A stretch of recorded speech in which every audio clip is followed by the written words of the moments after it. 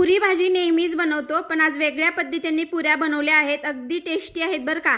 खालेला प्रत्येकजण तुम्हाला विचारेल कशी बनवली आहे। चला सांगते। 2 गिलास गव्हाचं पीठ, 1 वाटी ज्वारीचं पीठ, 1 वाटी बेसन पीठ, छोटी वाटी तीळ घेऊन यावरती टाकून द्यायचं। 2 मिरच्या बारीक कट केलेल्या, हिरवी कोथिंबीर कट करून, 1 मेथीची पेंडी छान निवडून टाकून द्यायचं बारीक कट करून। त्यानंतर यावरती हळद टाकायचं, लाल तिखट चवीपुरतं मीठ टाकून द्यायचं, 2 चम्मच जिरे टाकायचं, 2 बटाटे उकडलेले साल काढून हाताने बारीक केलेले सर्व मिश्रण एकत्र करायचं। त्यानंतर कडकडीत तेल गरम करून यावर टाकून द्यायचं। थोडं थोडं पाणी टाकून पिठाला छान मळून घ्यायचं, हे बघा असं।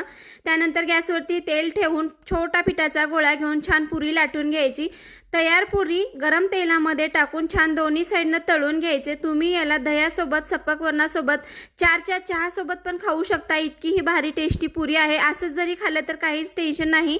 आवडलं तर नक्की ट्राय करा आणि हो, चॅनेलला लाईक सबस्क्राईब करा।